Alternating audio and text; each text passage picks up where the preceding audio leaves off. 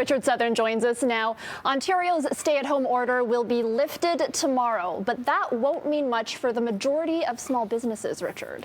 Yeah, it's a bit strange, isn't it, Erica, where the stay-at-home order lifts tomorrow, but then step one of the reopening doesn't start until the 14th of June. So we kind of have this like 2-week period where everything's kind of the same, but there's no stay-at-home order. Anyways, it's all a bit confusing for businesses. And today, the Canadian Federation of Independent Business wrote a letter to Premier Ford asking him to immediately reopen parts of the economy. I had a chance to talk to Ryan Mallow from the CFIB about this letter.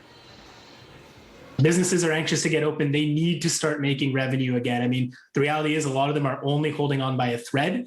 We understand that reopening can't be full tilt right away. I don't think anyone's asking for 100% capacity indoor dining to return immediately.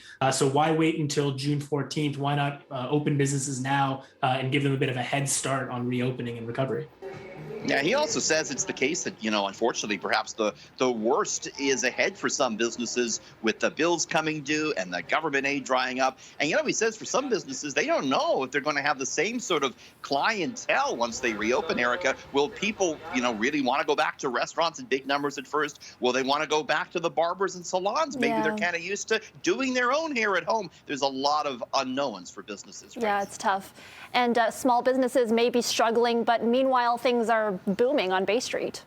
Sure are. The TSX hit a big, round, never-before-seen number today. The index traded above the 20,000-point mark for the first time. Closed just a little bit below that, but still, it was another record high for the Toronto stock market today, which is up some 14% this year. It's coming off a very strong month of May.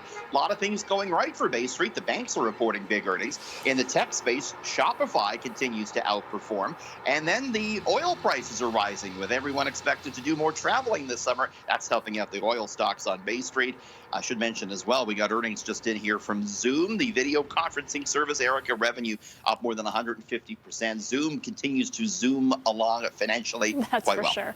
Okay, and finally, a band from South Korea is racking up some pretty impressive traffic on YouTube. I think they're one of your favorites, right, Richard? I'm a K-pop guy, you know what I mean? I'm a Dynamite guy, This is Butter we're looking at. This is their new single, Erica. Have you downloaded this one, Erica? Yeah, it's so good. This is Erica's So new catchy. banner I was right dancing during the commercial break. It's true, she was. Anyways, BTS breaking some records on YouTube.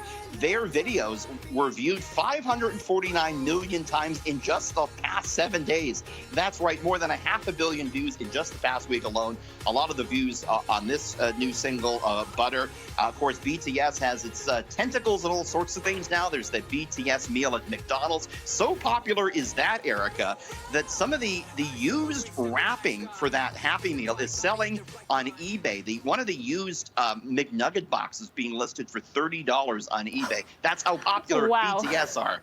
Unbelievable.